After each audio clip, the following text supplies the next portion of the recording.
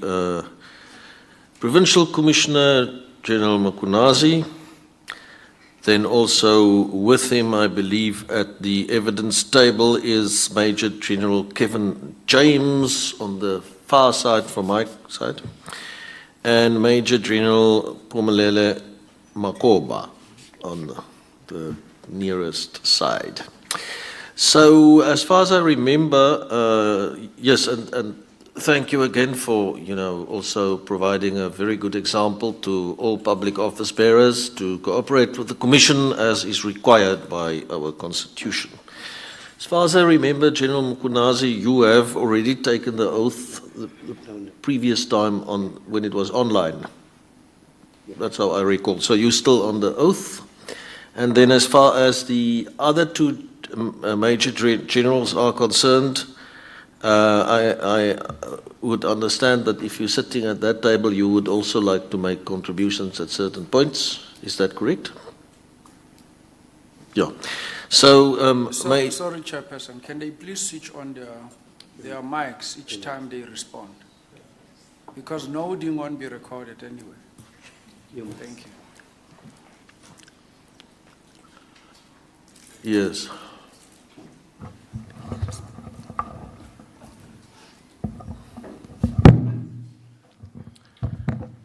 Okay.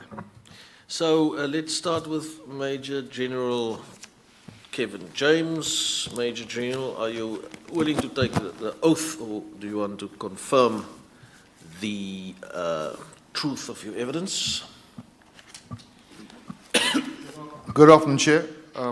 I would prefer to take the oath. Thank you, sir. Thank you very much. Do you regard the oath as binding on your conscience? I do, sir. Do you swear that your evidence will be the truth, the whole truth, and nothing but the truth? I do. Please lift your right hand and say, "So help me God." So help me God. Thank you very much. Major General Makoba, are you willing to take the oath, or do you want to affirm the truth of your evidence? Good afternoon, Chair. Yes, I would like to take the oath. Thank you very much. Do you regard the oath as binding on your conscience? Yes, that's correct, Chair. Do you swear that your evidence will be the truth, the whole truth, and nothing but the truth? That is correct, sir. Please lift your right hand and say, "So help me God." So help me God. May I also take the opportunity to introduce the panel. I'm chairing the panel, Commissioner 𝐟𝐨𝐫𝐿 from the South African Human Rights Commission. On my left is Commissioner 𝐬𝐮𝐬𝐜𝐫𝐿, also from the Commission, and on my right is Commissioner Chris Nissen. So I will now hand back to the evidence team to continue from their side. Thank you so much. Chair, before we proceed, what would be the status of the persons accompanying the provincial commissioner? Because my understanding is the person who has been invited to come testify here is the provincial commissioner. You'll recall I had an issue with the national commissioner who was being assisted to tender evidence. Yes, now I think that if the other two major generals want have more knowledge on a specific issue and want to amplify, we will allow them to do that, similar to what has happened before, when more than one person was actually giving evidence. So we'll allow that, but not in the sense of now. You are quite right that the specific person called here is the Commissioner of Police, so the primary responsibility will be on him. But if, on a certain issue, that's why I have also made sure that the other two also took the oath. And I think that is what was problematic with the situation this morning, that if anyone wanted to say something, we would have allowed that, but that person would have had to be under oath. But I mean, it's not a new practice in the sense that we have allowed previously that more than one person give evidence. So I will allow it to be of this nature, but it should be understood that the main person responsible to reply is the Provincial Police Commissioner. It's quite strange. Thank you, Chairperson. Most of our questions will be directed to the Provincial Commissioner, General Mkhwanazi. General Mkhwanazi, could you please tell the panel how long have you been with the South African Police Service? Just over 28 years. You joined the police just before the advent of democracy. That's correct. And how long have you been the Provincial Commissioner of SAPS in the KwaZulu-Natal province? I'm 7 months now. Come again? 7 months. Okay. Before you occupied this position, what were your other roles at SAPS? I came from the Division Operational Response Service as a Divisional Commissioner. So you were a divisional commissioner at National Office That's correct. for operations and For Operational Response Service. operational response service. And what does this role entail?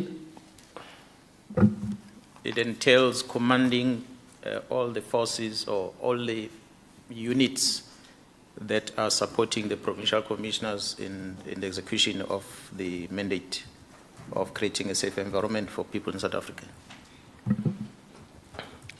Okay, and were you deployed or did you apply for the current role you are occupying? I applied for this one. Actually, I requested, Chair, Commissioner, if I use the right word, I made a request to be deployed as a provincial commissioner. And this was granted by the current National Police Commissioner? It was granted both by the National Commissioner, the Premier, and the Minister of Police. Had you previously worked in KwaZulu-Natal? That is correct. That's where I started my career. Oh, when you started your career. Would I be correct in saying that you are proficient and fluent in isiZulu? Yebo.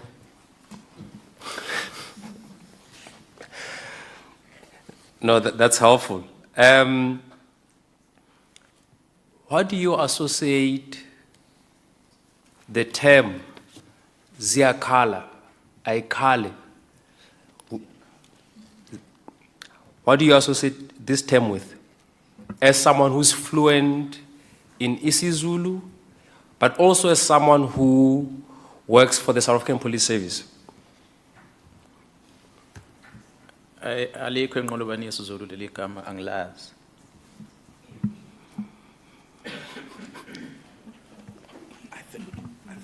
I think we'll have to translate that. Okay, sorry, Please, Chair. General. I mean, that word does not necessarily exist in the vocab of the Zulu as a language. So it is a word that I really don't know what it means, except something that started trending around July.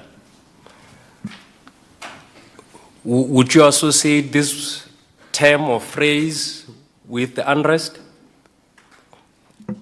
It started trending around July. So I'd like to believe that perhaps it was meant to be used during the unrest. But it's still happening now, so and there's no unrest. I do not know. Would you say this term was a key factor behind the rioting and looting in July? I will not say that. Are the police currently probing cases relating to the use of the word 𝐬𝐾𝐭 manje? I do not know about the specific investigation in relation to that. As far as I'm concerned, that is not a criminal offense to use such a word. So the police would be wasting resources if they need to investigate such. That is helpful. In your view, does this phrase, 𝐬𝐝𝐴𝐚𝐬𝐜𝐫𝐢𝐛𝐟, does this phrase incite violence? I said earlier, I'm repeating again, Commissioner, I do not know the real meaning of the word. So I cannot say it incites violence. Does this slogan or phrase carry any violent message? Same answer I gave before, Commissioner. I do not know what it means because to date it's still being used, it's still trending.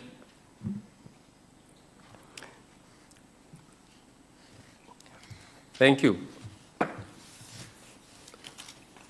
Following the judgment in the matter involving the Secretary of the Judicial Commission of Inquiry into allegations of state capture versus President Zuma and others, in which the former president was found guilty of contempt of court and convicted for 15 months imprisonment. What is it that you did as the provincial commissioner? In the judgment, the former president was required to hand himself over to Nkandla or Johannesburg Central Police Stations for him to be transferred to a correctional facility. As soon as this sentence was handed down, what is it that you did as the provincial commissioner of KZN in light of the order that he had to hand himself over to one of the police stations located under your command?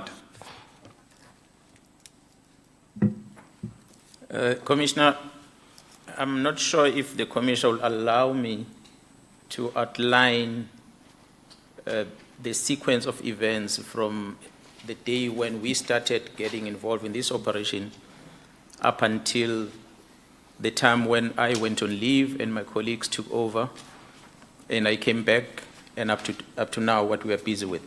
Please proceed. If I were to be allowed to do that, Chair. Thank you so much. Maybe as a start, Commissioner, I just want to confirm again that I took an oath before this commission, and I did that on behalf of all men and women in blue. I'm talking about SAPS members from this province of KZN, as well as the national components and other police officers that came from different provinces who were deployed here during the time. Commissioner, members worked long hours, 7 straight hours without rest, which I guess the Human Rights Commission will not agree to it, but they had to sacrifice because of the situation we're facing in the province. They did all that despite the threats that were leveled against them and their families, because what was circulating at the time was that they should attack police stations, they should attack the families of the members that are working to try and stop them. Those were the people that organized that long week of chaos in this province. But the members stood fast and they continue working, and they could salvage whatever they could protect from destruction by those that were planning those evil deeds. So, and also, Chair, allow me to express some appreciation to our force multipliers. We were working with the Metro Police, Road Traffic Inspectorate, local traffic security companies throughout day and night to try and secure the properties as well as the government critical infrastructure and other private infrastructure in the province during the period.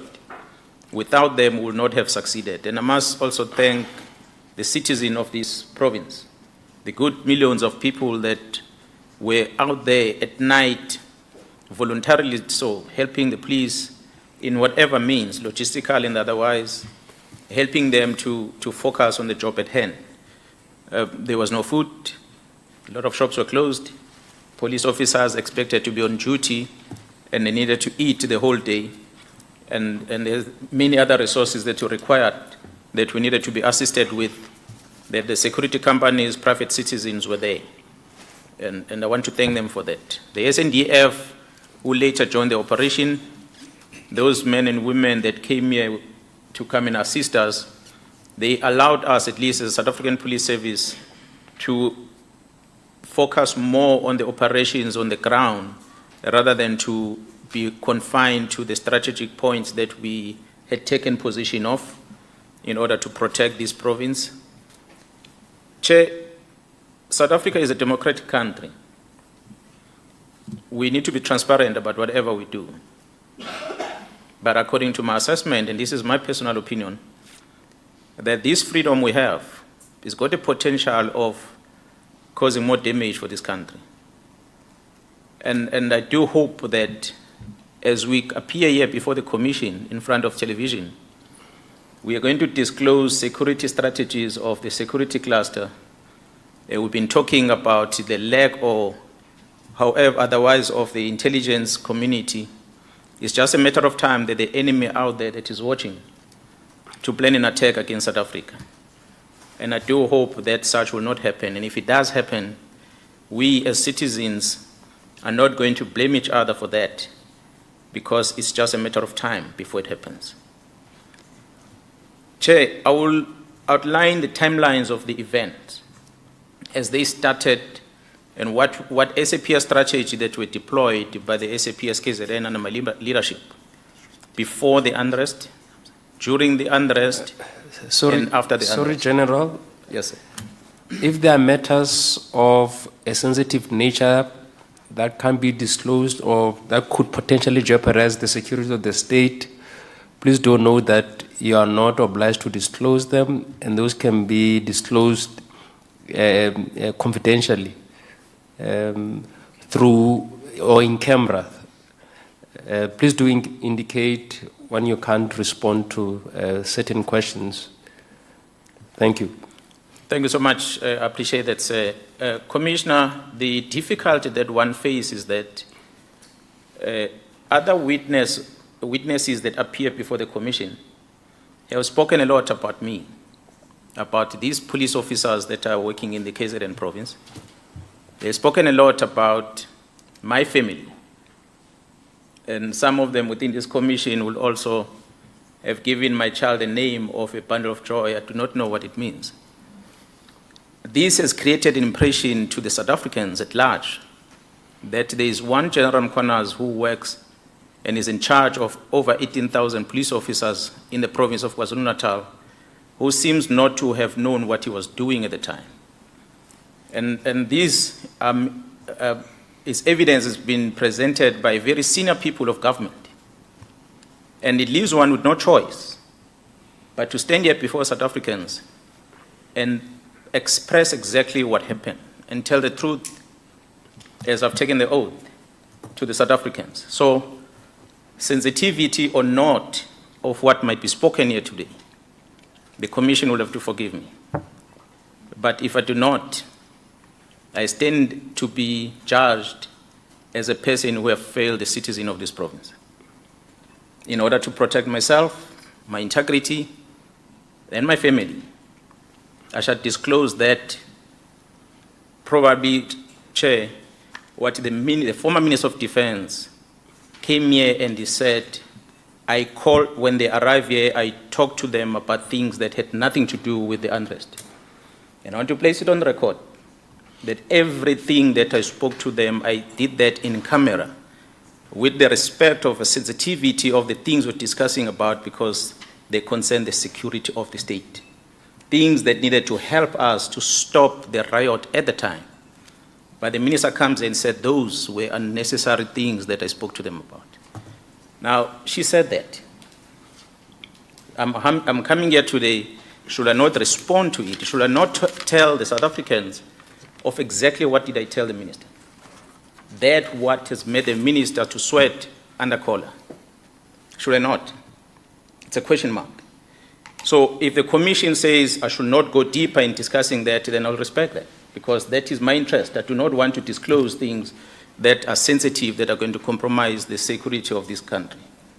it is the unfortunate part, but we are here in the public space and we now have to defend ourselves as Nhlanhla Mkhwanazi, because my future will then depend on it, beyond this uniform that I'm wearing.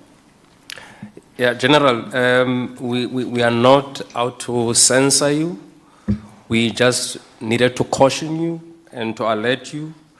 We also need to add that if you require legal representation, as it was indicated in our correspondence to your office, that you should also indicate.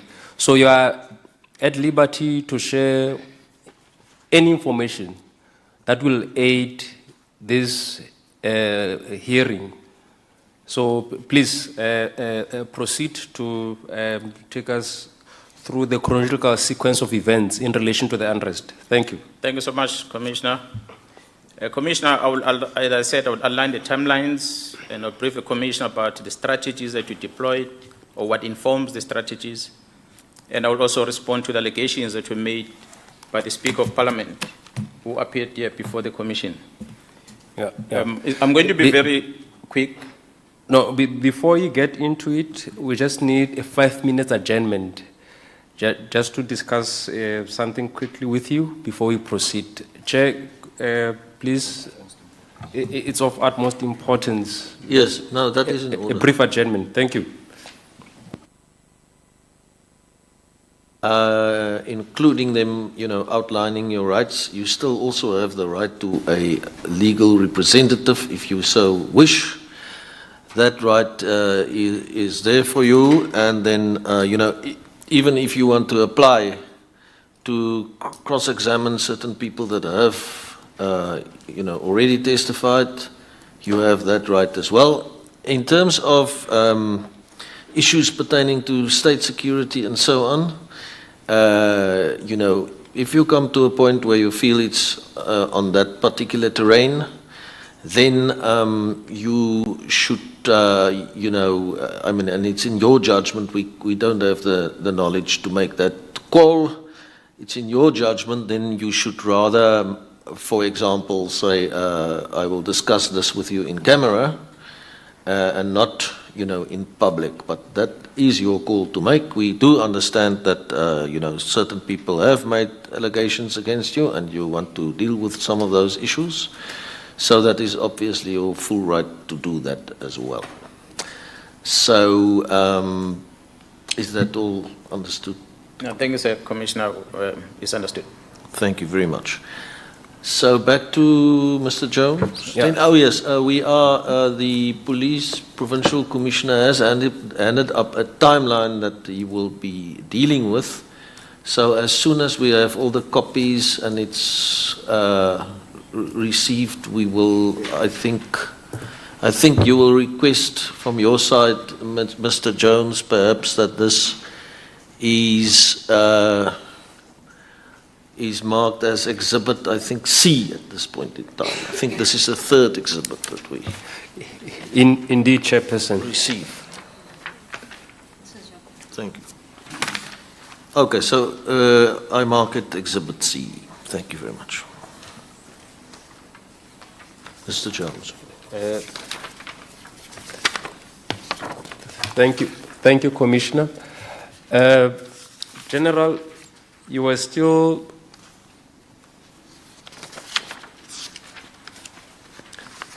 taking us through the timeline,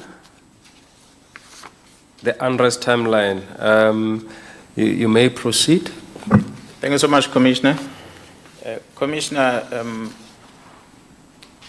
in the short brief that I will be giving the Commissioner, I just want to, before we start with the timeline, just to indicate that as the South African Police Service, KwaZulu-Natal, we were having a number of protest actions that were in the province. In the month of April, we recorded, or we policed 202 crowd management situation or different events. In May, that figure went up to 219.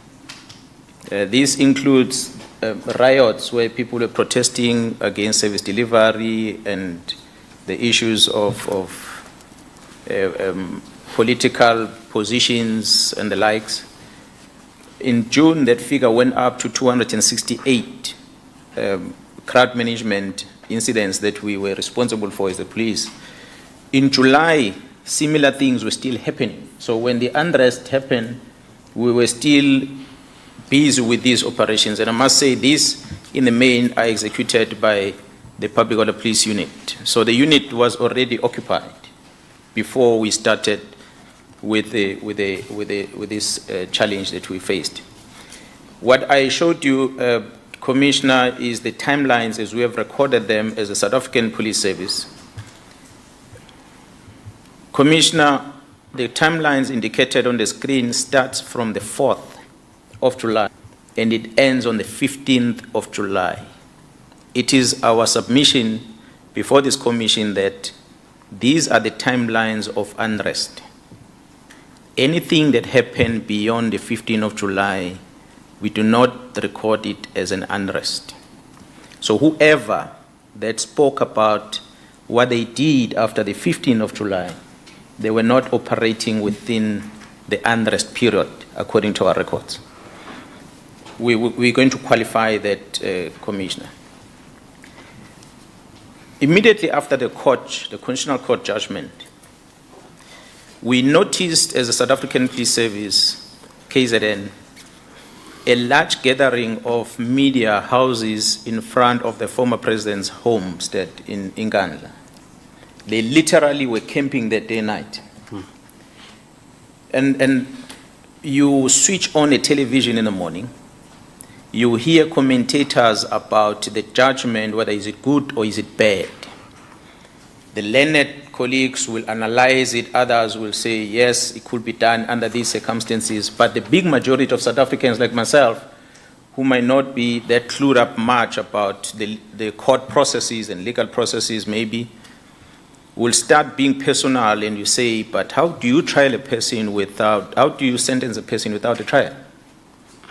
Now, these debates were encouraged by the media commissioners because they were being discussed in public platforms, and it allows every other person to start engaging and sharing their views. So for those that were, they were then, started becoming angry from that time as these things were developing every day. Now, this is few days before the actual 4th, when the president is said that he must hand himself over. There were a lot of discussions that were taking place. So it worried us as the provincial management. Then we were even saying if we had any authority, we will switch off every communication that happens, transmission, so that people don't necessarily get to see what's happening at Nhlanhla. And then they can continue with their own businesses. Because the focus that was there at Nhlanhla at the time triggered anger towards many citizens, especially in this province. And we could see a potential of danger at the time. On the second, Commissioner, which is a letter that we have here, on the 2nd of July, we wrote a letter. The letter to the Division Visible Policing and Operations at the head office. A letter where we are requesting for additional resources. This is us assessing what was happening in the media and the mood that we were seeing on social media and the likes, that made us realize that something probably big might be happening as when the president's supposed to go to prison. To prepare ourselves, we started developing a contingency plan. And in our contingency plan, we needed resources, reinforcement. That's why we wrote this letter to the head office on the 2nd of July. It's not on the timelines. I'm talking about the timeline starting on the 4th. So this letter was written, and it's here as a proof of when we started being active as the province, SAPS KwaZulu-Natal. Then I'm going to come back to the timelines as they appear on the screen. On the 4th, we started noticing these large gatherings that were taking place at Nhlanhla. These gatherings happened all the way until the 7th, when the president went to prison. Without elaborating much about every single day of what transpired at Nhlanhla, but the main being committed at Nhlanhla was that of a disaster management regulations in terms of gatherings. As management, we look at the mood, we could assess the mood of the people in the country, in the province especially, and the sentences that are there available in relation to the gatherings. And we felt that if we were to act harshly at the time, we're going to divert the attention or that anger of these citizens back to the law enforcement, back to the police. Let's allow the process to unfold. As long as these crowds that are forming up at Nkandla are not endangering anybody's lives. So we allow those crowds to continue the way they're continuing. We were faced with a challenge, obviously, that should the former president appear at the police station, how we were going to deal with it. So we're preparing ourselves with that. The fortunate part is that the former president was and is still being protected by the South African Police Service. So it would have been easier for us to get a communication if he's on his route to a police station so that we're able to serve the committal warrant and then he can be taken to prison.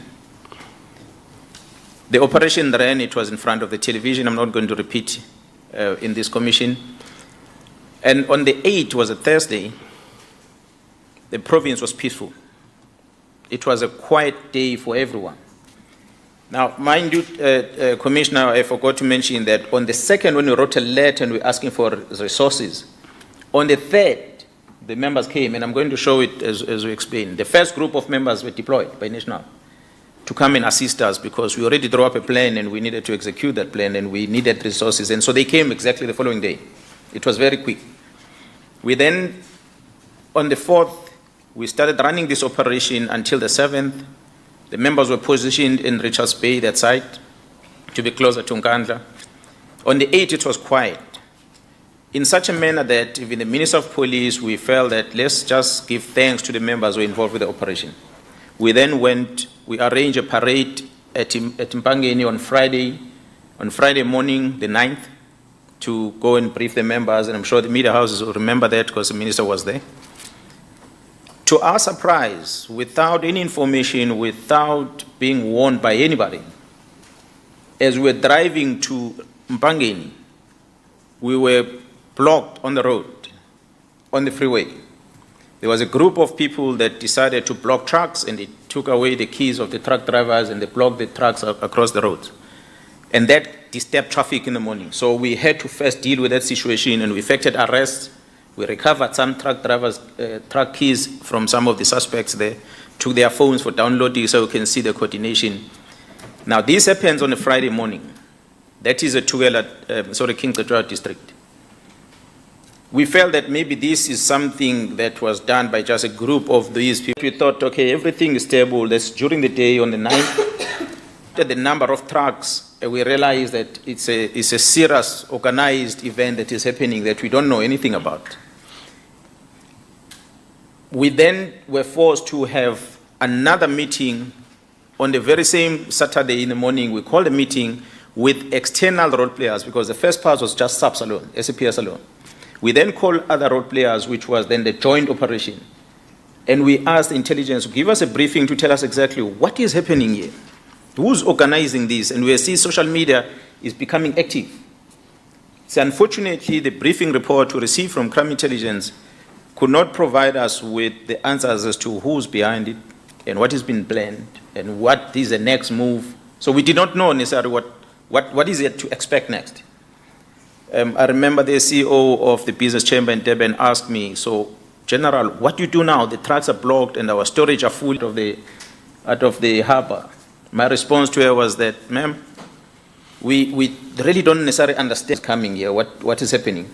For safety of these trucks, can you please speak to your members to let these trucks move during the sunrise and sunsets only? When the sun goes down, they must park, so that we can be able to understand what is happening on the ground and be able to secure the province. Because if they travel at night, the speed they're traveling with, and it's easy for them to be attacked. So, obviously, what we recommended didn't happen. They did not stop their trucks. But as the situation unfolds on the following day, the 10th, we then realized we need to make a call. I contacted the colleague from RTI. I said, shut down that freeway, the N3. So we deliberately decided to block all the vehicles from coming down so that we can organize ourselves, because we realize that the plan that we had for Nkandla, which Nkandla and Nkandla, was not necessarily applicable to this situation we're facing. So in the meeting that I said again we had on the Saturday, we then developed another plan. We adjusted the plan that we had in Nkandla, and we deployed a different strategy at the time. Social media was a buzz, and there were threats on the police officers. There were threats almost flying everywhere. Then we realized that perhaps we could be facing a domestic terrorist or something like that's happening in there. We don't know what's going on. Are they really going to attack police stations, to take firearms, as they are saying, or not? Will they attack critical government infrastructure or not? So then we said, it seems like we are entering a war situation. So the deliberate thing that we must do as a South African Police Service is to take position in the strategic points that are going to secure the critical infrastructure that is going to allow the country to continue, the province to continue beyond whatever that might be happening. We then decided to identify all these national key points. We identify all these government critical infrastructure. We identify everything, including communication towers, you name them. And we plotted them, and we said we needed to secure it in this fashion in all these places, including police stations. And we then decided to, as we were trying to manage the situation, we decided that we're going to request the additional support from the head office of additional members, and if needed be, the SNDF that needed to come and deploy. So that's how we were managing the situation. What informed our planning. Because we realized that the social media has been used, and they are now blocking the roads with burning tires, and they are targeting some shopping centers already at the time. So we needed to make sure that we protect what we can in order for us to be able to live beyond this. And I must say, Commissioner, that there's no town in this province that was not affected. We have 11 districts in KZN. All of them were affected. We have a list of all of them that were affected. We had a serious damage to infrastructure that occurred, at least 89 shopping centers or malls that were damaged. They attempted to damage the hospital, but they just ended on the fence of the hospital. Warehouses, factories, banks, ATM machines, liquor outlets, you name them. There's quite a lot of destruction, including schools. Quite a lot of schools that were destroyed at the time. Commissioner, we had recorded as a South African Police Service a number of 281 bodies that were picked up in relation to this incident that happened. So as a result of murders, people ended up fighting over a bottle of whiskey that they're finding it in a liquor shop, and they stab each other, they kill each other because of that. And others were trampled upon, and they could not run, and they end up dying for stampede, because of stampede. And there are others that will have been driven over by vehicles on the road as they were crossing the road, and so forth. So the total was 281. Now, Commissioner, in Marikana, the number is not even half of this. But in this province, we had this number, which means it is rather a very serious incident that we were facing at the time. Amongst the incidents that happened, we also had our own members that were injured, 26 members altogether that got injured during the process. Commissioner, as I say, we responded as we decided, okay, let's focus on these strategic places so we can deploy.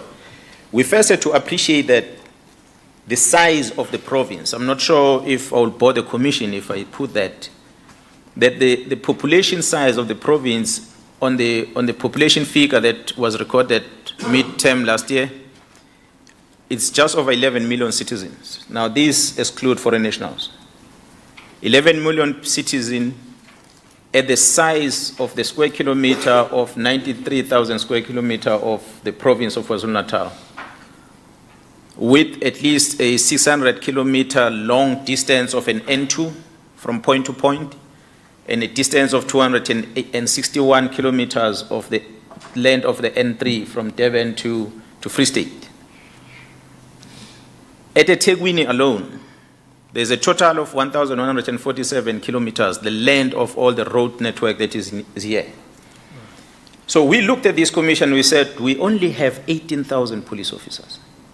If we divide these 18,000 police officers according to the square meters of the province, where do we block? If we divide these 18,000 police officers against the number of these roads, and we say create roadblocks so we can block people not to drive and cause more looting, which roads are we going to target? Because every other road that is here in the eThekwini has been used by the rioters, the looters. They were driving on it, on these roads. So it became a mission impossible right at the onset. So whoever organized it, maybe they took time to study the security force and they knew our capabilities and our shortcomings. Hence, they did what they did. I'm not going to bore you with the ratio in terms of how many police officers we had versus the population size. But I must say, as I said earlier, there's quite millions of South Africans that were here that were on the good side and they were working with the police to try and secure. So we could capitalize on that. We could capitalize on security companies that were available in all provinces, and there's a list of them that we work well with. We could capitalize on them to help us to reinforce, because it was just us alone, nobody else. Hence I said we had already communicated to National before the Zuma the former president met. We received deployments there, and we requested for additional. We even asked that if they could help us to bring down the SNDF so that the SNDF can take the strategic key points that we identified, such as the airport, the harbour, and so forth, so that they can free the South African police officers who are trained in dealing with civilians to go out there and enforce the law and try and maintain order in the province. Commissioner, we deployed quite a number of members. I'm not going to list them here, but as 18,000 were members that are stationed in KZN, but plus we had other national members that came in and other national components that were assisting at the time. We divided members into two shift system and let the members work 7 days flat without rest. And they work night shift only. So you wake up in the morning, sunset, you go home, sunrise. You wake up in the morning, you do the same thing. If you come with dirty clothes, tough luck, there's no time to wash. That is the situation that the members find themselves at the time. They were under that much pressure as we were operating. I must thank the unions, the leadership of the unions, because they never, not once, objected to this operational deployment that we were using at the time, because they also appreciated that the country needs to be saved. Something big is happening that we do not appreciate what it is. Now, it was said in previous presentation that we don't control crime intelligence. We are also receiving products. That's why when we're asking them in meetings on record, all the products they were presenting to us are available on record. We have kept them in all our meetings that we've had. Commissioner, on the 3rd of July, as I said, after writing this letter, on the 2nd, on the 3rd of July, a batch of 174 members were deployed to the province. On the 11th of July, after appreciating this other threat that were emerging from the 9th, we asked for additional 315 members were deployed additional to the province. And again, on the 13th of July, another 278 members were deployed to the province. And now these were facilitated by General Masimula at the national office. So he was taking members from other provinces and bringing them down to KZN. And I still warned General Masimula, I said, remember, General, this might not be confined to KZN. We do not know what's going on. It might happen in Gauteng. So if we are bringing members to KZN, do not take much from Gauteng province. Rather take from provinces that the threat is less, like Northern Cape and the likes. So that Gauteng can also be able to deal with the situation if it goes that side. As we know, a lot of KZN citizens, they frequent Gauteng a lot, and it's closer to get there. General Masimula, also from National Office, assisted us by bringing 2 helicopters which were deployed. The first one came on the 4th, before the incarceration of the former president. It was here in the province. And we also, on the 8th, we had an additional helicopter that was deployed to the province. We positioned one in Durban, we positioned another one in the northern side, in Bangini area, so that we can be able to have eyes on the sky to help us run the operation. The other forces that also assisted us, Commissioner, SNDF members, on the 14th of July, I've given you timelines. On the 14th of July, just towards the tail end of the riots, 451 members of the SNDF arrived in the province for deployment. On the 15th of July, that number started increasing, and it increased up to 5,000 in total members that ended up being deployed in KZN. We had 700 members from 𝐻'Teguini Metro Police, Road Traffic Inspectorate, 668 members that were deployed, the local traffic in other districts, 417 members that were deployed. And there's a number of security companies, as I said, Commissioner, earlier, that we're utilizing, that we're working with, that were helping us to protect these infrastructures and the likes. We had a total number of 14 armored fleet crowd management vehicles that we're utilizing, 14 of them, the Nyalas, and we had 2 water cannons that we had deployed in the province at the time. One was in Durban and one was at Mpangeni. Commissioner, we utilized a total, at the time, before the unrest started, we had a stock level of pyrotechnics. Those are the equipment that we utilize in crowd management situation. That includes the rubber bullets on shotguns, and that includes stun grenades that we use in crowd management situations. So we had, in the province, 161,784 rubber rounds that we had on stock. So it is not that we did not have less lethal weapon or ammunition that we needed to use in a crowd management situation. We had, and we were using it. We also had additional shotgun rounds, reduced charge of 108,000. We had tear gas, 4,450, and we had 3,000 stun grenades. All those additional stock were deployed from the national office, and they came in batches. On the 29th of June, we received some stock. 29th of June is before the unrest. We had received some stock. On the 13th of July, we received another stock. On the 14th of July, we received another stock. And on the 23rd of July, we received another stock. We utilize this ammunition in different districts. I'm not going to bore you with that, but we've outlined it exactly where we applied this district. The water cannon that we had, we utilized it in different places, to be specific, at 𝐻'Teguini district as well as 𝐾𝐨𝐧'𝐭 and specific areas, and we have that on record. There's quite a number of actions that were executed by us beside the fact that we were sitting at the national key points, securing those places. An example at the airport, at International Airport in Durban, it was only the South African Police Service that was securing that airport, no one else. The security guards that were deployed there, they did not even pitch up to work. So we sat there until such time the SNDF arrived, then we could release our members for the SNDF to stay on. We had 1,537 roadblocks amongst other operations that we conducted. So the list of activities, we searched premises, we searched people, we conducted patrols.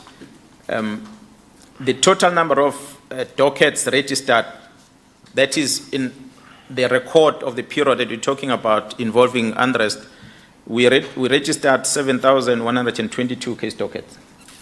And we arrested just over 3,000 suspects, 3,093 that were arrested as a result of it. And I must say, Commissioner, that the capacity of our cells to detain people that we're arresting in the province is 5,000. And we already at the time were half full because of other hardcore criminals. So when we were arresting these 3,000, it was obvious that we can't detain them. We have no place to detain them. So the system was clogged. The prisons at the time, they have 18,000 beds, and they were sitting with 21,000 inmates inside the prisons before the unrest. So even if we took these people to prison, which obviously they can't go there without going via court, the prison couldn't take them. And when you look at number of cases, were not necessarily serious cases. Yes, some of them will be serious, but theft was the main thing, because they will go in there, take whatever they take, and we get them on the road, in the car, wherever, with the goods, and we must charge them for stealing whatever that they will have had at the time, from the cheese that they will have stolen to the television or the couch or whatever that they will have stolen. We were opening cases because we as a law enforcement, we must enforce the law as it stands, regardless of what what is the value of the items being stolen, so we had to do that. So majority of these cases, as you will see, they were either were giving people warnings and they were finalized without necessarily having to detain people. And I must say, there were no minors, fortunately, that were amongst those that were arrested during the time. This happens while we are in the middle of disaster management regulations. So neither these crowds are wearing masks. Even our police officers that were issued with protective gear, because of the work that they had to conduct, majority of the members could not think of their own health. They did not even have time to change the mask and put masks, because you have these crowds that you must deal with while your hands are full. We are trying to arrest a person. The mask comes off. You can't say to the criminal, wait, let me put a mask on first before I can arrest you. So you end up forgetting about your mask. It goes off, you deal with the suspect. So members expose themselves. That's why I am thanking them so much, Commissioner, that they risk their lives. Majority of our members. Yes, we have few of them that we'll explain later that made us not to look good as police officers as well in the mix. Commissioner, I want to quickly run and tell you about the total of other incidents that happen which are not racially related, which are things that, although there was looting and people were dying as a result of stampede and so forth, but we then started experiencing these racial tensions that were happening in 3 areas, especially in Phoenix, in Chatsworth, and as well as Mountain Rise in Pietermaritzburg. Phoenix, a total of 36 people died. In Chatsworth, 6 people died. In Mountain Rise, 2 people died as a result of racial-related attacks. We describe it like that. Maybe I must just go back a bit, Commissioner, if you allow me. The day when the president was taken to prison, I was sitting in that operational room together with the Minister of Police, Minister 𝐟𝐨𝐫𝐫𝐢𝐻𝐿𝐻. The following day, we received the news that one of our colleagues had passed on due to COVID, Lieutenant General Mkhwanazi, may his soul rest in peace. And we then realized that in the meeting we were in the presence of Brigadier Vishnaidu, who was in a close contact with Lieutenant General Mkhwanazi. And he sat with us the whole day and whole night until the president was in prison. So we were in direct contact with Brigadier Naidu. The following day, when we were going to Mpangeni to thank those members, Brigadier Naidu had to go and do this test. He got this test positive. So by protocol, these are things that are not known. At least maybe the South Africans will get to appreciate. Commissioner, I normally have someone that assists me to drive around and go to places when I need to move. But because of the self-isolation rule, I was forced to be alone in the vehicle and I had to use my own private car. I drove to Phoenix in the middle of the night. Getting these reports of what's happening, I wanted to see myself what was going on. I took my firearm and I said, if I die, I'll die going there. So I went there physically around 9 o'clock in the evening to go and appreciate what is happening on the ground, because we're hearing that people are dying in Phoenix. And I must say, when I arrived there, it was kind of a war zone setup. The way the roads were blocked, it did not make an easy movement of traffic. And we got reports that even our police officers were being assaulted by the citizens of Phoenix, simply because some of them are not of the same race as those that were blocking the road. So we realized that the situation is becoming tense in Phoenix. That's why we then had to reinforce deployments of our police officers to Phoenix, because inside Phoenix, there wasn't much looting that was happening. Looting was happening in Konobia next to it. But as people are driving through Phoenix, then they get blocked and their vehicles are banned, people are assaulted. The videos that we have on our as we're investigating these cases, some of them makes you angry, Commissioner, when you look at them, where a man is forced to kiss another man, and they're taking records on that, amongst other things that were happening. People were shot point blank. So at least the teams that we formed have helped us to arrest some of these culprits. The community of Phoenix, I must say, have helped us to get evidence against some of the culprits. There's quite a lot of evidence we recovered because of the citizens of Indian origin in Phoenix who are giving us evidence against some of their own in Phoenix. So it is few of those that have got these racial tensions that created this mayhem, not the large population of Phoenix or in Chatsworth or in Mountain Rise. But there are few of them that have got this hatred. There's always going to be a bad apple wherever you go in life. We find them in these areas as well. There's quite a lot of, came up with analysis in terms of how people these cases came about, but quite a number of them that were killed, commissioners, they were shot. 38 of them, 38 dead bodies, it was a result of, 44 dead bodies was a result of being shot at. Now I'm putting all these three areas combined, Phoenix, Chatsworth, and as well as Mountain Rise. That is just on murders alone. But there's quite a lot of incidents also on attempted murders, 63 of them. Luckily, they survived, but they were all being shot at. For what? I do not know. I cannot necessarily answer that. But through the courts, as we are in court with quite a number of them, it will give us answers as to really what was the real reason for them to do this. So in Phoenix, as we deployed extra members from the 12th onward, and we reinforced, and we had roadblocks, and we had to clean the streets. It's not a job of a police to clean the streets, but we needed to get an easy free flow of traffic to bring the country back into normality. We had to help in cleaning up the streets. So we formed a dedicated investigation team only for Phoenix, but all the other cases in district, we had district teams that were dealing with those cases in different districts, working with prosecution and guiding them in terms of those investigations. The high-profile cases, Commissioner, crimes against the state, such as crimes are those people that are alleged to be instigators, were given to DPCI, so DPCI will be able to respond on those status of those cases. But we continue working very close up to now with the prosecution team and guiding us in terms of the investigation going forward. So I'm going to leave it there, Commissioner. There's basically the timelines of what happened. As I said, this started from the 9th until the 15th when we then started experiencing this chaos in the province. The 15th, it ended. The 15th, beyond the 15th, the ministers arrived. Yeah, on the 15th exactly, the ministers arrived in the province, and then we had a briefing of the ministers, and from there, it was the operation to recover the stolen goods. From there, it was the investigations only that were taking place. From there, it was the identification of the deceased, and so forth. There was no riot in the province at the time.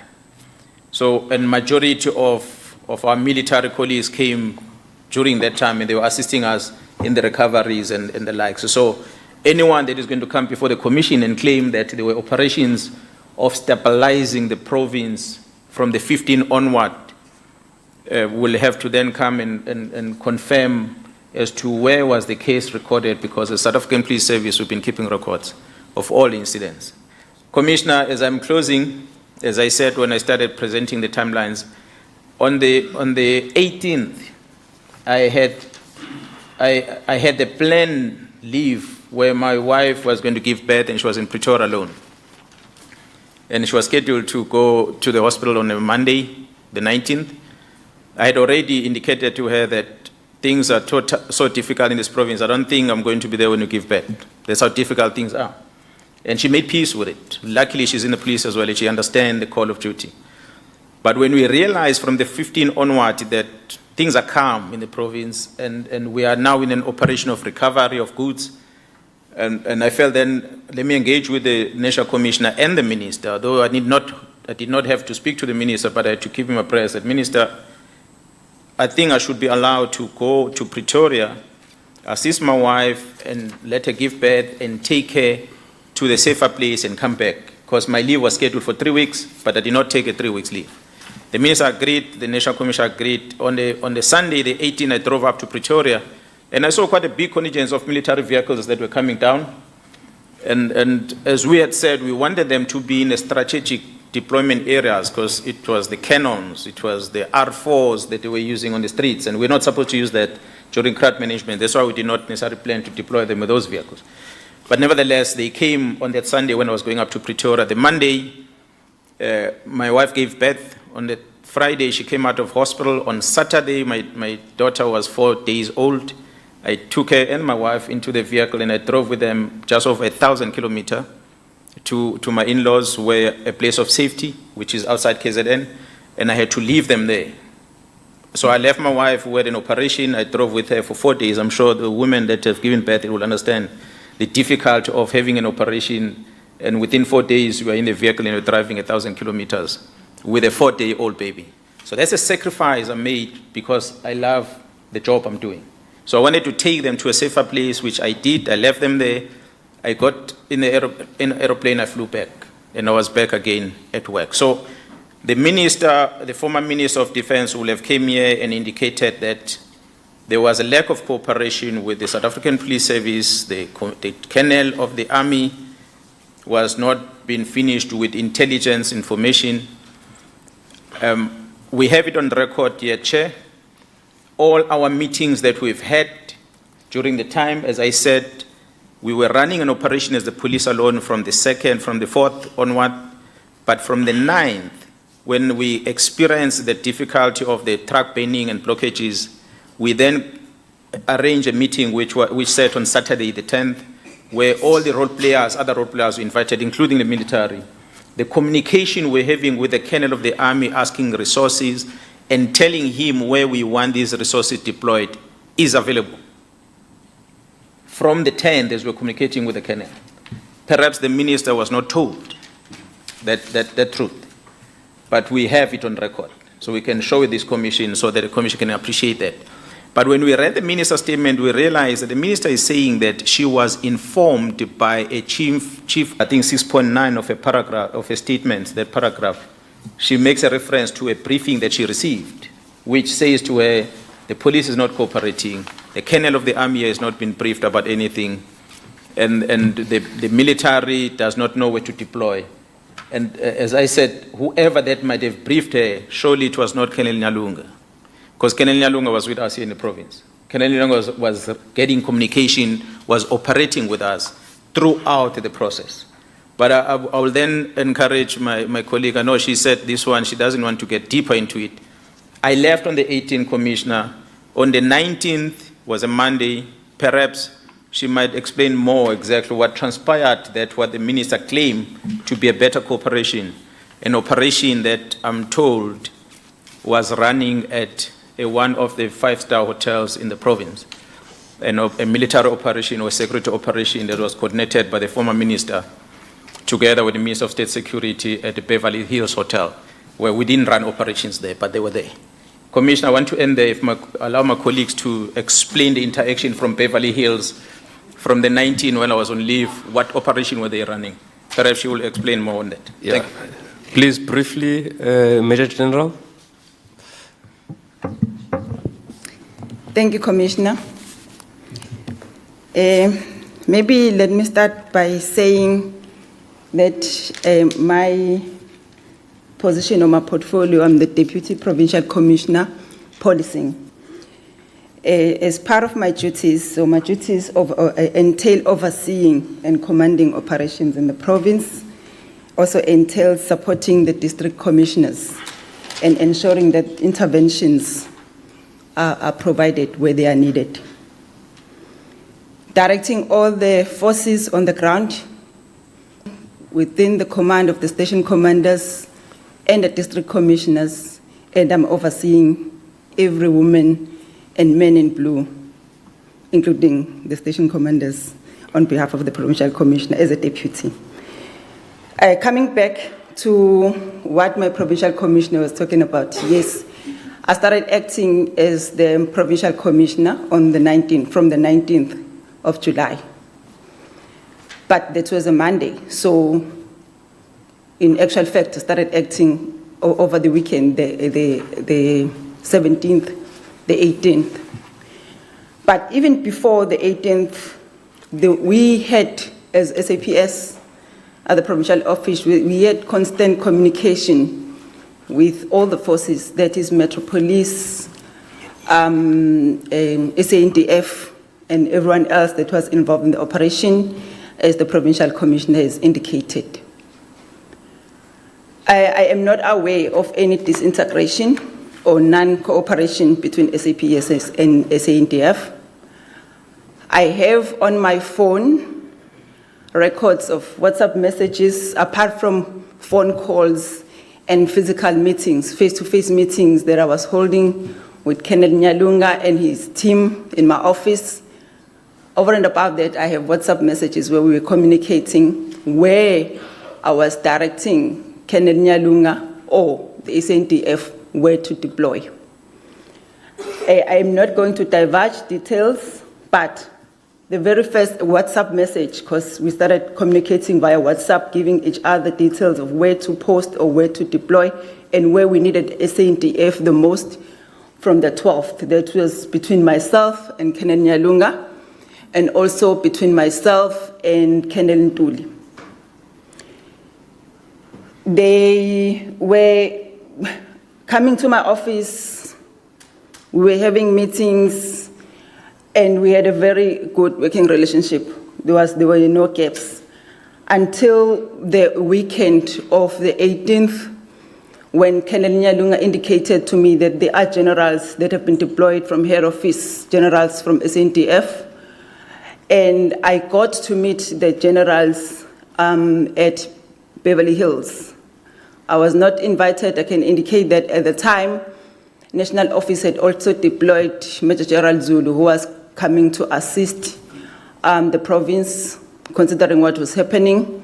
So when we heard that the generals were at Beverly Hills, we went there uninvited, and we found the generals, and they welcomed us with open hands. So we had a meeting with the generals. We discussed our issues. We discussed where the threats are. We discussed where we needed them the most, where we need them to deploy, and where we need them to relieve members from the national key points, as the provincial commissioners indicated.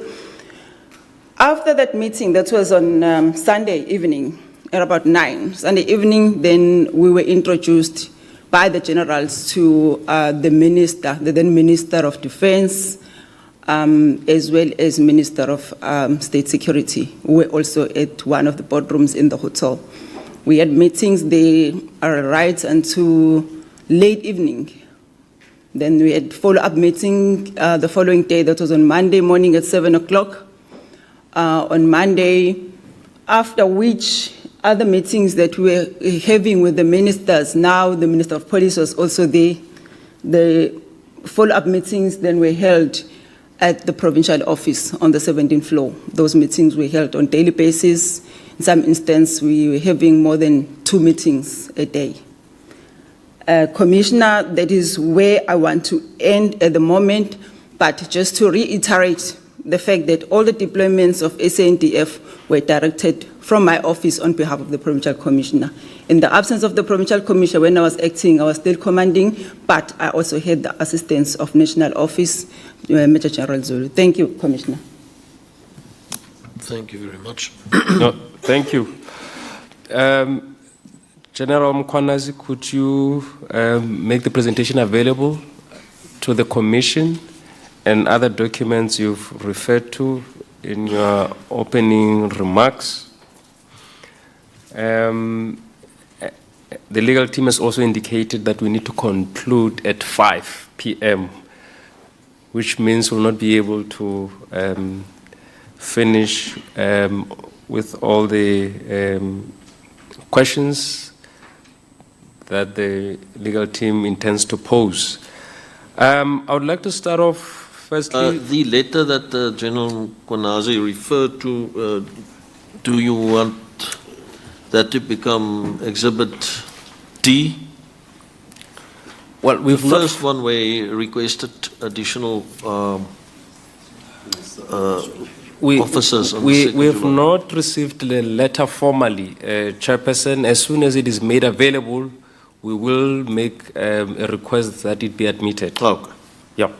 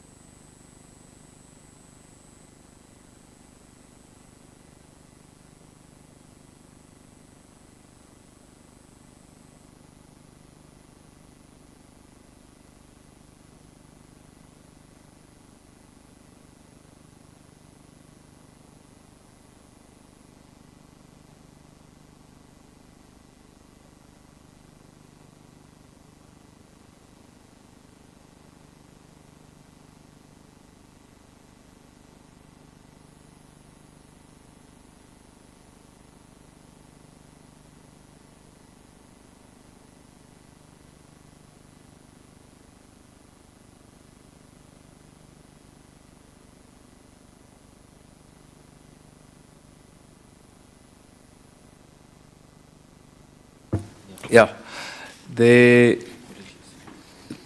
legal team has noted some of the submissions, and we are of the view that we'll need some time to reflect and communicate a new date to the provincial commissioner. There's quite a lot of information that we still need to digest, and we also need some of the documents that you've referred to.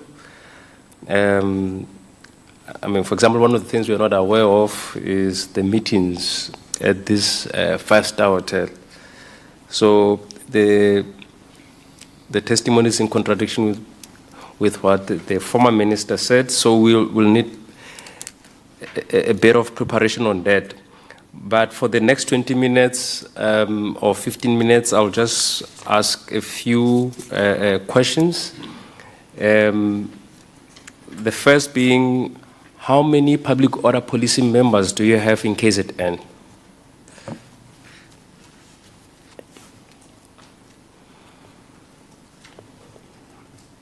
Sorry, the question was, I didn't hear well. How many public order policing members are located in the KwaZulu-Natal province? Should I answer now? Yes, Okay, please. I will leave to then get the exact number, but they're just over 1,000. But I'll get the exact, just give me a second, Commissioner.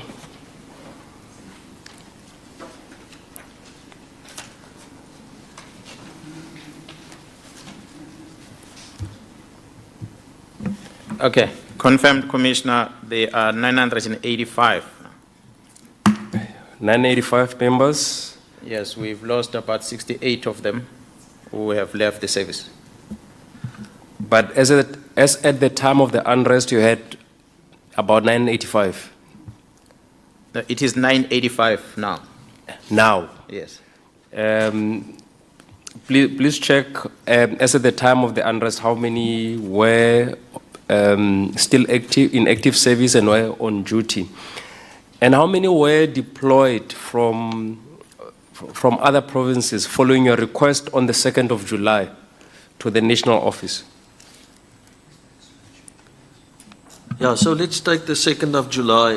On that date, how many public order police officers are on active service in KZN?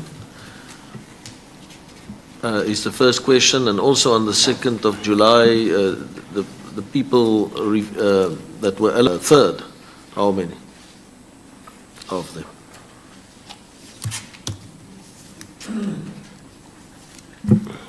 Okay, Commissioner, I'm trying to open my attachment here because I don't want to be quoted out of context in terms of the numbers, so that I can be exactly. As I said, we had developed an operational plan when we were running this operation, and as a result, we will have had the numbers that were deployed at the time for the operation specific. If the Commissioner will give me some time to locate it. No problem. Check your WhatsApp. You sent it to me on the phone. No, I left my phone inside there. It's on the phone. It's on silent. Yes, you can.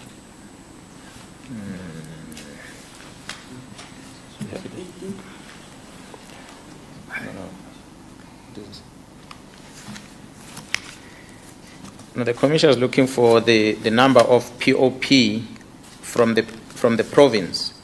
I've had it here on the. I think I left the figures from the province, the numbers that we had, but the ones that were deployed from national, which came us to assist after the letter of the second, was 174. That was the national reserve that came through to augment the numbers that we had on the ground. Like I said, we were. Okay, thank you so much. It's The total number of members, yeah. here on record that were deployed at the time was 870 from the province. 870 members from the province, together with that additional number of members from national that came through. So in total, we had well over 1,000 members that were part of the operation. Did you receive any other further reinforcements from other provinces? Commissioner, on the 3rd of July, we received 174 members. On the 11th of July, we received 315. On the 13th of July, we received 278. So those are the deployments that came into the province. With that came 2 helicopters as well. And plus the number of non-lethal equipment that was deployed to the province, as I outlined, which comprised of 108,000 shotgun rounds, rubber rounds, 4,450 tear gas canisters, and 3,000 stun grenades. And how many members were deployed? A special day. We had quite a number of members that were deployed as part of the operation, but our strategy was not to come mainly closer to the president's residence, because we understood that if he does not hand himself over, he still has time, where up to the 7th, where we could effect an arrest. So we only had, I think, 2 platoons at the time closer to the president under the leadership of Colonel 𝐬𝐻𝐫𝐫𝐢𝐻𝐞 from Public Order Police. And the rest of the members were sitting at the satellite station that is about 2 kilometers from there. And the other big contingents were sitting at a 𝐬𝐻𝐫𝐻𝐞 area that was the reserve capacity we had, and the other one was staged at Kranskop. So we did not necessarily have exact numbers of the members. There will be lying if I say beside the 2 platoons, if there's other police officers that might came in and gone. And I'm not counting the protection service from the South African Police Service that was guarding the president. So I'm not counting them on that. In your letter to the national office, why did you specifically request additional support? Was it because of intelligence information you had gathered? Was it because of the early warning systems in place in the province? Or was it because you are anticipating challenges as a large number of people were gathering outside the president's home? Commissioner, I said earlier when I started, the presence of the media at the president's home created an atmosphere in the province where people started getting excited. And with that excitement, people's comments on social media, people's comments in the media platform, different television stations about the correctness or otherwise of the decision taken by the courts. Those analyses, we could realize that the mood is changing in the province, and the chances are that we're going to have a problem when the president has to either go to prison. There might be some chaos that is going to erupt in the province, although we did not expect it to move away from Gandla and be spread around the whole province and beyond into other provinces as well. But it is there to inform us. As we're watching TV, as we're watching the social media, we realize that the mood is changing. We did engage crime intelligence, I must say, and ask them if they know anything about what is going on, what has been planned. The only thing they will have presented to us, which is on the records on all the presentations that were given, which unfortunately they are classified. We can't share that with the commission here in public, maybe through other means. Almost all what is regarded as intelligent product, well, when there's something is got a title, they say crime intelligence, and it's got a signature at the bottom, or it's got a heading of an intelligence community, coordinating committee with a signature at the bottom, it does not necessarily mean it tells you who is planning to do what, when, and how. It simply says to you, there's a communication on social media that says this is going to happen. There's a publication somewhere that says these people are planning to do this. So therefore, police go and deploy. So when you get such a thing, it's good as not being a product for you. But in a true sense of the word, maybe Joint Standing Commission of Intelligence will have to tell us what is the real intelligence product. But for our operations, almost every other thing we received throughout the whole period did not help us with operations. So we were working on what we were getting from the social media throughout. Okay. So at the time when you received all these reinforcements, had you as the provincial commissioner identified the hotspots in the province? Yes, we did. Hence, And at the time, which areas were the main hotspots? No, our focus, as I said when I explained earlier, when we saw the blockage on the N2, the disturbance that happened around the shoreway, the burning of trucks on the N3, we did not understand what is going on, where is it happening, because we thought it's happening here, next thing it goes to a totally different district of Etuela. And we did not understand what is going on, and where are they going next? What are they going to burn next? What are they going to destroy next? We then felt that the national key points might be target. We felt the critical government infrastructure might be target. And then we felt that other critical infrastructure like food distribution centers, some shopping centers might be targeted. So we then prioritize all those. That's why when there's a unit in the South African Police Service which I used to work for, which is called the Special Task Force. They don't dress like us, they wear camouflage. They're like the army. They only deal with high-risk operations. They don't deal with crowd management situations. But we had to mobilize even such a unit. Pavilion is standing because of that unit. That pavilion mall would be burned down because the township next to it, they wanted to get in. Special Task Force stood guard and guarded that unit. The shopping center in Pietermaritzburg, working with the South African Police Service, a Magma security company, if they did not do what they did to help us when we were outnumbered, that mall would have been down. So the coordination we're having with our counterparts, security industry, and other forces within the South African Police Service helped us. We've got a political task team here, which are investigators. Their job is to come investigate cases of political matters.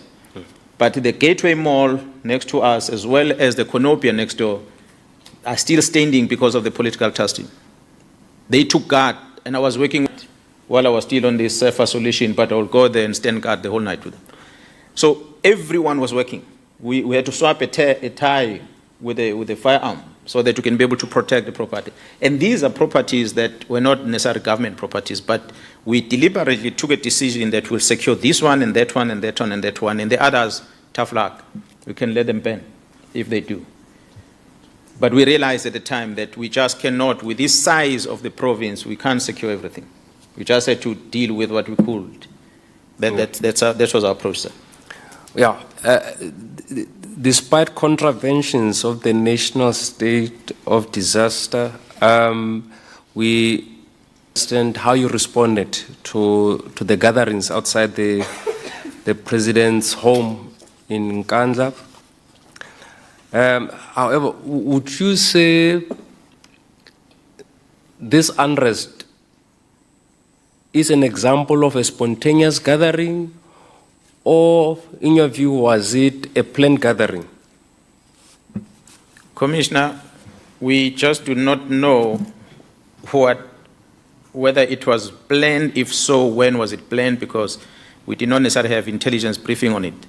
However, the gathering at Nkandla, as I said, was influenced by what people were seeing and what they were reading about Europe in a run-up to the 4th of July, after the Constitutional Court ruling.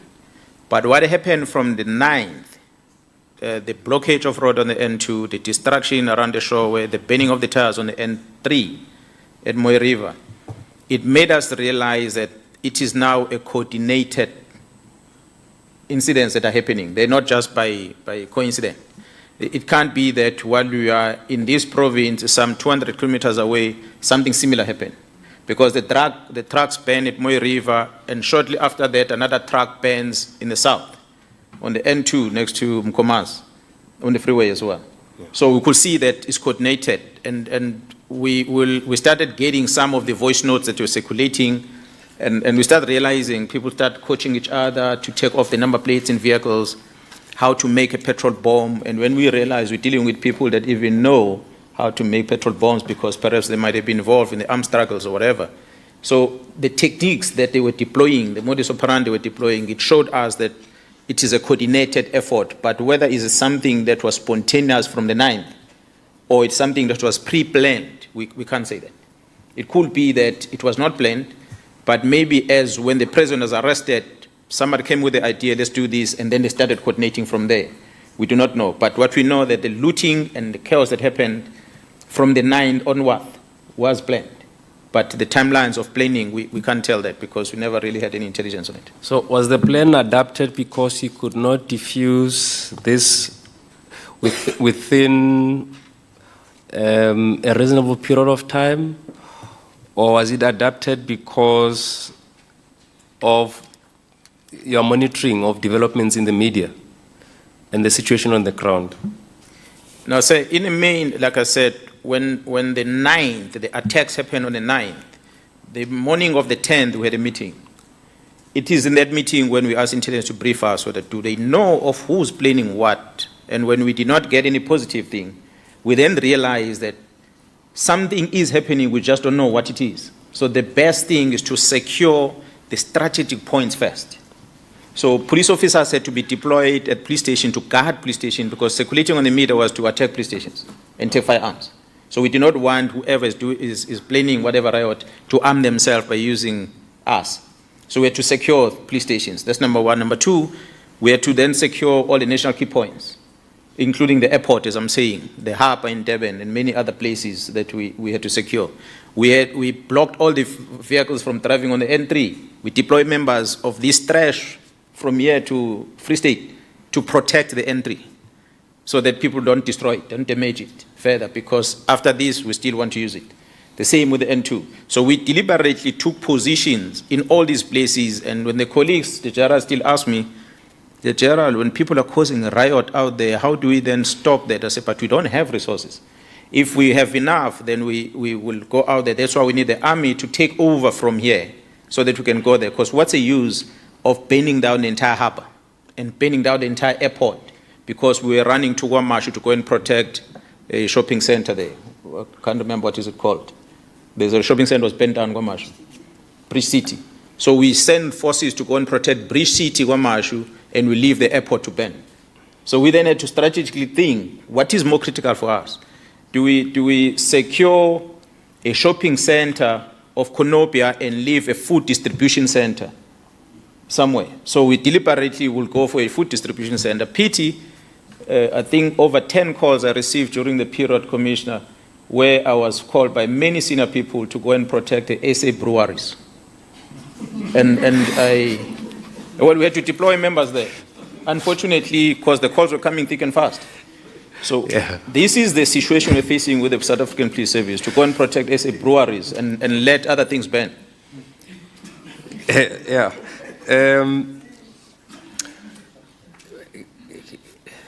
I still need clarity on this. So between the 4th and the 15th of July, you were still on duty, correct? That's correct. And the unrest or the looting and destruction started on the 9th, and you were still on duty at the time? I was on self-isolation. If I'm going to be in prison for that, forgive me, Commissioner, but I had to work. Yeah. Isolation or not. So Are you aware of an instruction to police members to stand down? There were allegations made. Yeah, no, those allegations are not true. I'm glad that the Premier did challenge the person who made the allegations. They are not true. They are not true. Okay. And because of time, I have 5 minutes, and I'll just ask about Phoenix briefly. We'll give you an opportunity to expand further when we reconvene. You highlighted the role that was played by security companies. In relation to the events of Phoenix, what role did they play specifically? You said that they are a force multiplier. What was the role of security companies in Phoenix?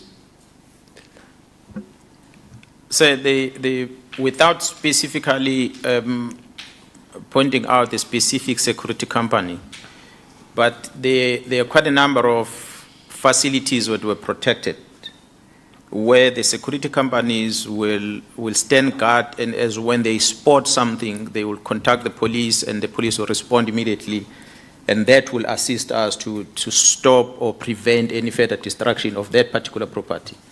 And as they're driving around and they spot a vehicle that has got looted items in it, they will follow the vehicle and alert the police, and will stop those vehicles and we arrest people. So there was quite a number of them that assisted in the very same Phoenix. Actually, there were others that maybe before the commission or maybe for other experiences that people had in the past, where some security companies were branded as those that would have violated the human rights in Phoenix.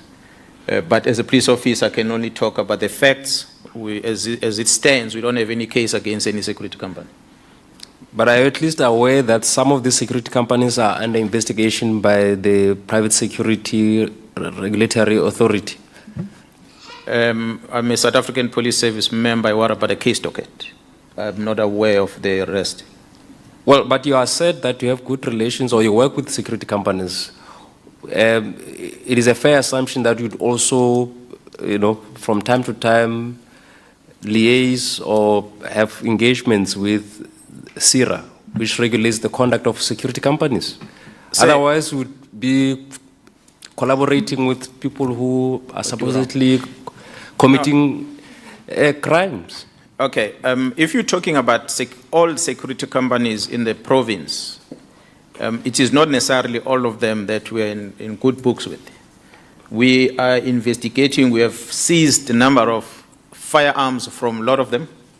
There are some of them that we took from Phoenix as well for ballistic tests to see whether they can't be linked with any crime that happened in Phoenix. We have since handed them back, some of those that were cleared. But there are a lot of security companies in this province that have been involved in leasing their firearms to private individuals who then use these firearms to commit murders and kill politicians.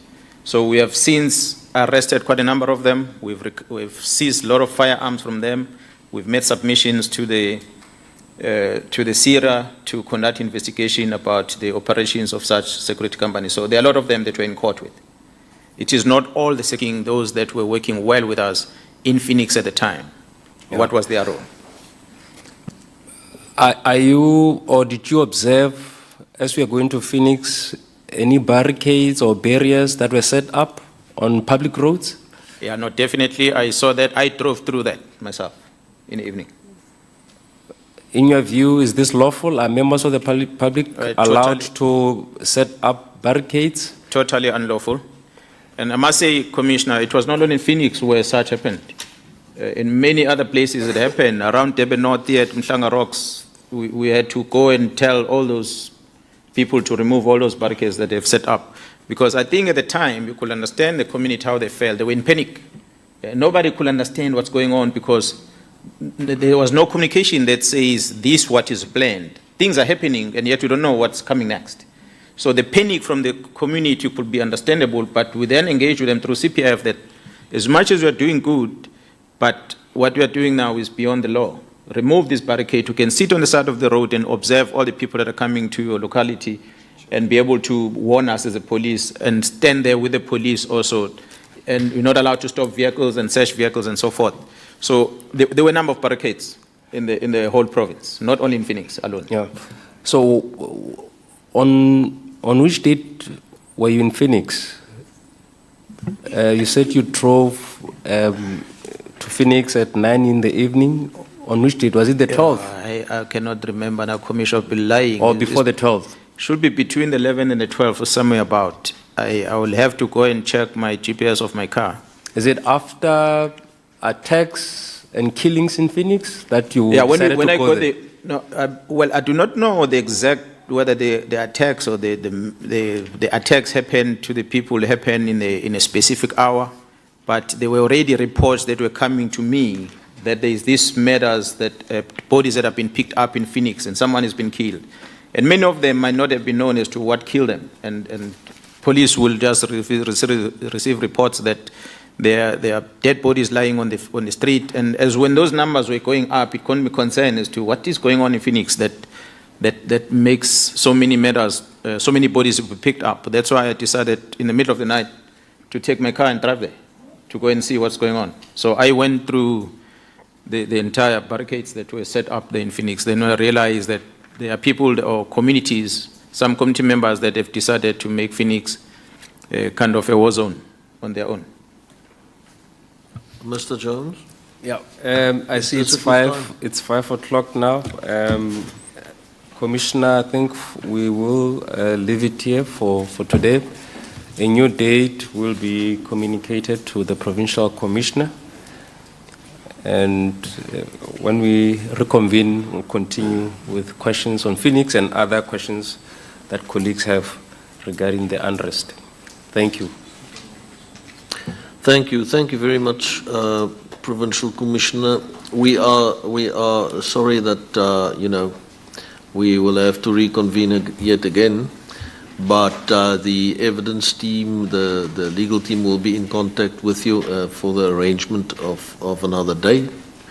But thank you so far, and we will then adjourn for the day. It is unfortunately because we also under certain obligations here at the hotel where they need the venues at certain times and stuff like that. Thank you very much. Appreciate it. We are going to adjourn then for the day. Do you want to quickly give an indication of the evidence that will be led tomorrow?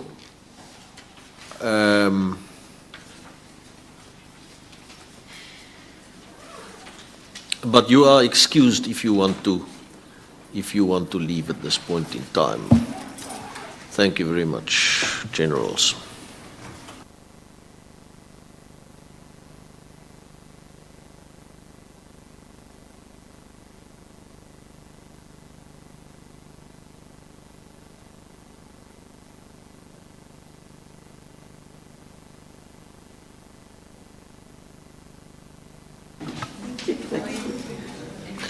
Advocates Lotz, do you want to give an indication as to what's happening tomorrow? Yes, apologies, Chairperson. Just a second. Just double checking the correct agenda for tomorrow. We are due to start at 9, and we will be having the first testimony from Minister Zulu, and then we are also scheduled to hear the testimony in the afternoon, or rather in the mid-morning, from the DPCI head. So those are the two that have been confirmed.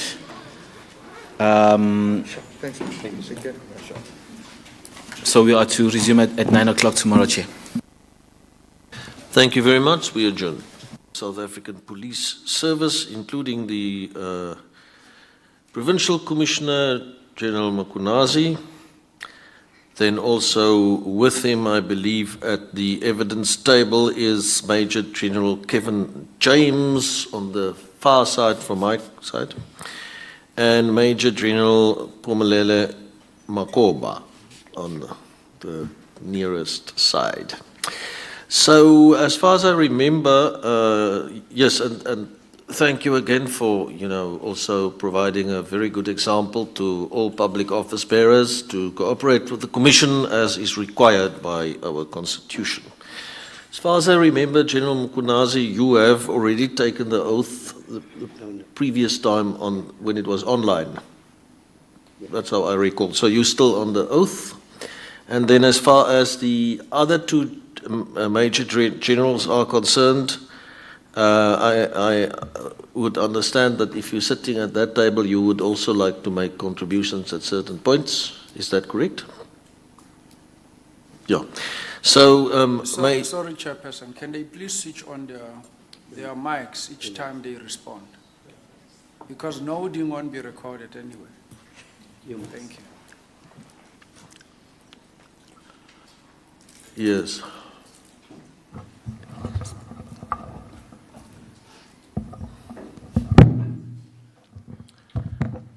Okay. So let's start with Major General Kevin James. Major General, are you willing to take the oath, or do you want to confirm the truth of your evidence? Good afternoon, Chair. I would prefer to take the oath. Thank you, sir. Thank you very much. Do you regard the oath as binding on your conscience? I do, sir. Do you swear that your evidence will be the truth, the whole truth, and nothing but the truth? I do. Please lift your right hand and say, "So help me God." So help me God. Thank you very much, Major General Makhoba. Are you willing to take the oath, or do you want to affirm the truth of your evidence? Good afternoon, Chair. Yes, I would like to take the oath. Thank you very much. Do you regard the oath as binding on your conscience? Yes, that's correct, Chair. Do you swear evidence will be the truth, the whole truth, and nothing but the truth? That is correct, sir. Please lift your right hand and say, "So help me God." So help me God. May I also take the opportunity to introduce the panel. I'm chairing the panel, Commissioner Andre Gaum from the South African Human Rights Commission. On my left is Commissioner Plile Ntuli, also from the Commission, and on my right is Commissioner Chris Nissen. So I will now hand back to the evidence team to continue from their side. Thank you so much. Chair, before we proceed, what would be the status of the company in the provincial commissioner? Because my understanding is the person who has been invited to come testify here is the provincial commissioner. You'll recall I had a commissioner who was being assisted to tender evidence. Yes, now I think that if the other two major generals have more knowledge on a specific issue and want to amplify, we will allow them to do that, similar to what has happened before, when more than actually a person was actually giving evidence. So we'll allow that, but not in the sense of now. You are quite right that the specific person called here is the Commissioner of Police, so the primary responsibility will be on him.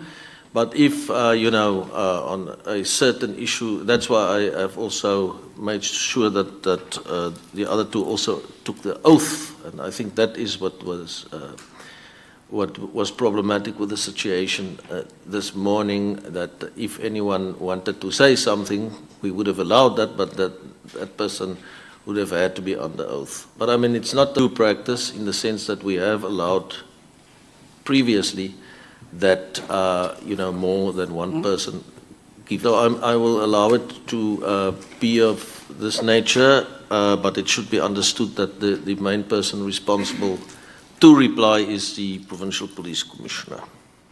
It's quite strange. Thank you, Chairperson. Most of our questions will be directed to the Provincial Commissioner, General Mkhwanazi.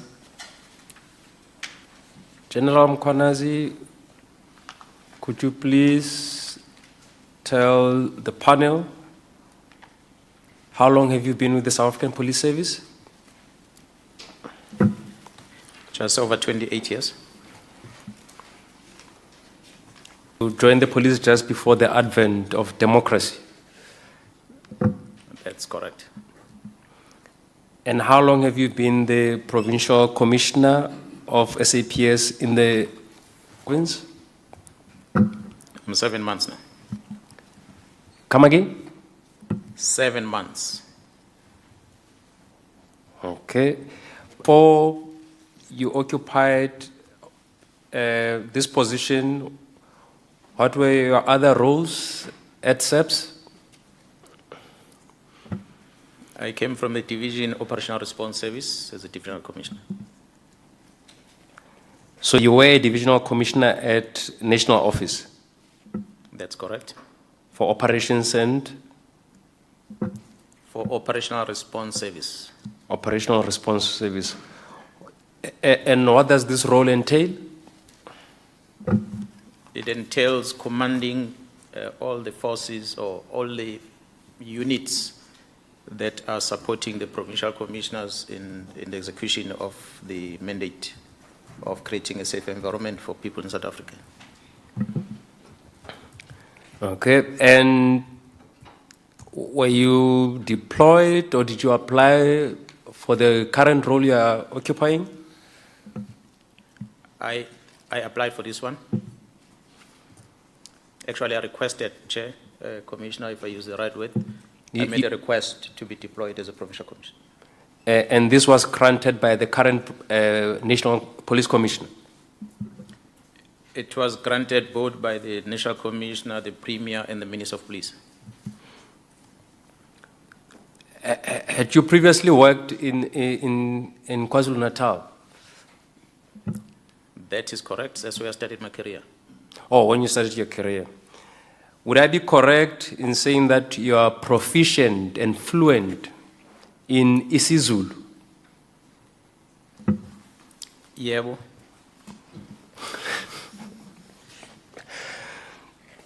No, that's helpful. What do you associate the term 𝐬𝐮𝐬𝐫𝐢𝐛𝐬𝐜𝐫𝐢𝐛𝐞? What do you associate this term with? As someone who's fluent in isiZulu, but also as someone who works for the South African Police Service. Alikho enqolobani yesiZulu leli gama angilazi.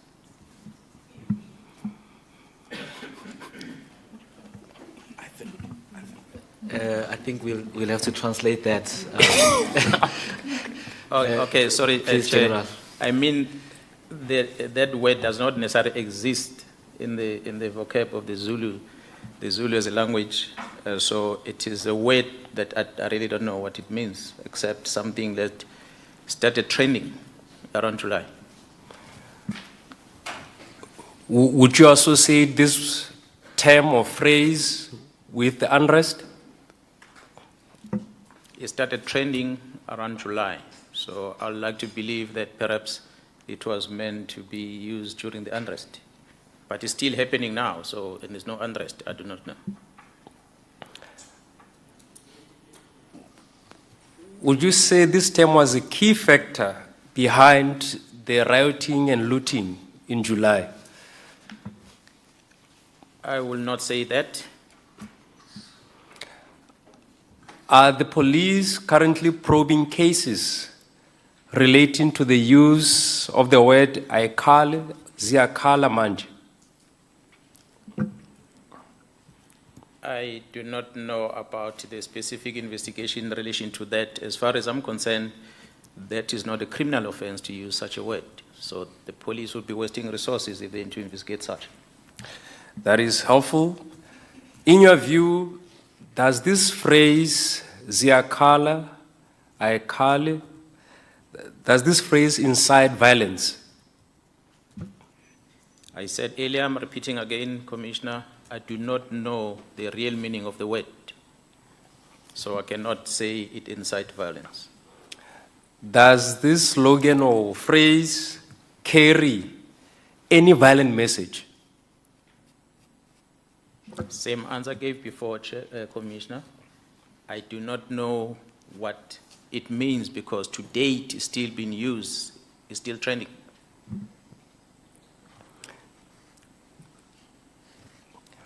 Thank you. Following the judgment in the matter involving the Secretary of the Judicial Commission of Inquiry into allegations of state capture versus President Zuma and others, in which the former president was found guilty of contempt of court and convicted for 15 months imprisonment. What is it that you did as the provincial commissioner? In the judgment, the former president was required to hand himself over to Nkandla or Johannesburg Central Police Stations for him to be transferred to a correctional facility.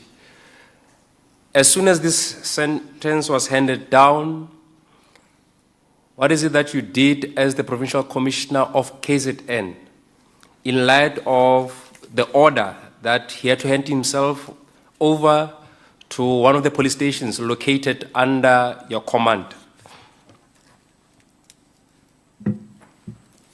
Commissioner, I'm not sure if the Commissioner will allow me to outline the sequence of events from the day when we started getting involved in this operation up until the time when I went on leave and my colleagues took over, and I came back, and up to now what we are busy with.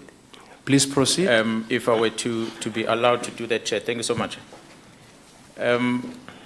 Maybe as a start, Commissioner, I just want to confirm again that I took an oath before this commission, and I did that of all men and women in blue. I'm talking about SAPS members from this province of KZN, as well as the national components and other police officers that came from different provinces who were deployed here during the time. Members worked long hours, 7 straight hours without rest, which I guess the Human Rights Commission will not agree to it, but they had to sacrifice because of the situation we're facing in the province. They did all that despite the threats that were leveled against them and their families, because what was circulating at the time was that they should attack police stations, the families of the members that are working to try and stop them. Those were the people that organized that long week of chaos in this province. But the members stood fast and they continue working, and they could salvage whatever they could protect from destruction by those that were planning those evil deeds.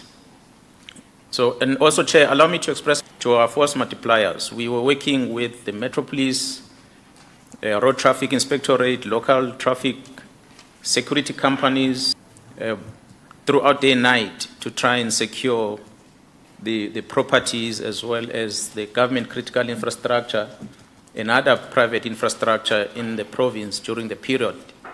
Without them, we would not have succeeded. And I must also thank the citizens of this province, the good millions of people that were out there at night, voluntarily so, helping the police in whatever means, logistical and other, helping them to focus on the job at hand. There was no food, a lot of shops were closed, police officers expected to be on duty, and they needed to, and there's many other resources that were required that we needed to be assisted with, that the security companies, private citizens were there. And I want to thank them for that. The SNDF, who later joined the operation, those men and women that came here to come and assist us, they use the South African Police Service to focus more on the operations on the ground rather than to be confined to the strategic points that we had taken position of in order to protect this province.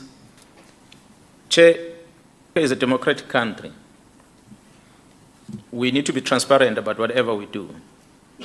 And this is my personal opinion, that this freedom we have has got the potential of causing more damage for this country. And we are going to disclose security strategies of the security cluster.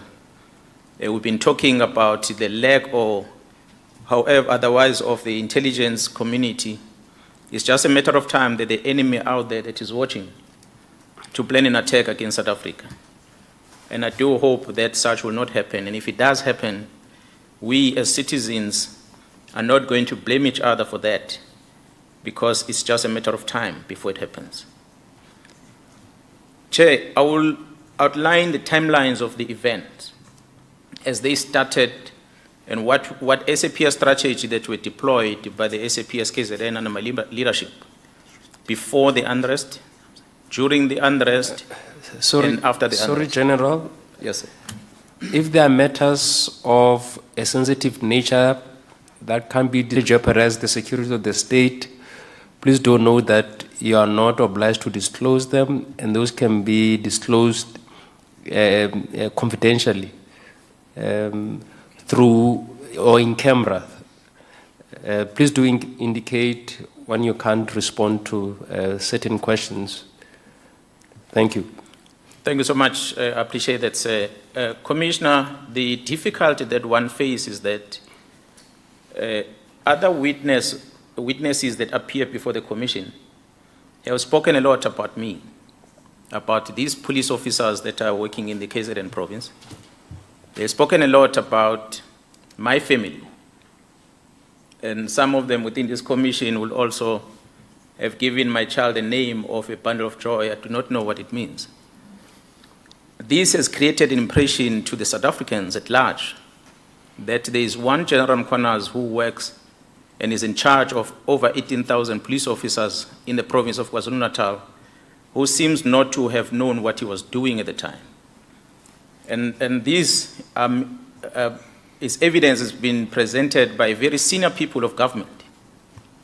And it leaves one with no choice but to stand here before South Africans and express exactly what happened and tell the truth as I've taken the oath to the South Africans. So, sensitivity or not of what might be spoken here today, the commission will have to forgive me. But if I do not, I stand to be judged as a person who have failed the citizen of this province. In order to protect myself, my integrity, and my family, I shall disclose that probably, Chair, what the former Minister of Defense came here and he said, when they arrived here, I talked to them about things that had nothing to do with the unrest. And I want to place it on record that everything that I spoke to them, I did that in camera with the respect of a sensitivity of the things we're discussing about because they concern the security of the state. Things that needed to help us to stop the riot at the time. But the minister comes and said those were unnecessary things that I spoke to them about. Now, she said that.